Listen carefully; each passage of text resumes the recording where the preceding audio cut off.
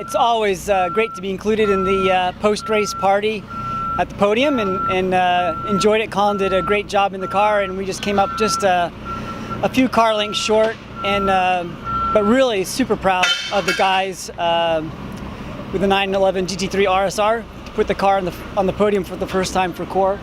Tom Kimber-Smith and Pat Long, stellar job, and yeah, it's just great. It's great to have success quite early, so it's been a great weekend. Tom started off and had a really smooth stint, kept the tires underneath it, got us good data for our tire pressures.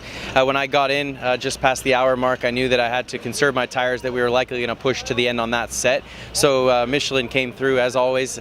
We didn't know if it was going to be as easy as it became, but quite early I realized that Gary Davies had put a super good setup together. We had done a ton of changes even up till warm-up, so you know, it makes for an easier day for me physically when the car is easy to drive, and it was just about keeping my head down. I had the BMW, the leading BMW, and the two vets ahead of me. I was able to get by Gavin in traffic and then just put my head down, save fuel, and you know, Morgan had a perfect strategy, and here we are, first podium. It feels like a win. We always want to win, but to have both cars on the podium is a great way to finish the weekend. The whole race was challenging. I got pushed off a couple of times into the chicane by some LMP2 cars. It's just so tight here, and everything that people hate about Lime Rock, you have to love about Lime Rock as well. There's nowhere else on the calendar where you come up on 14 cars in a row with 4 different classes, structures.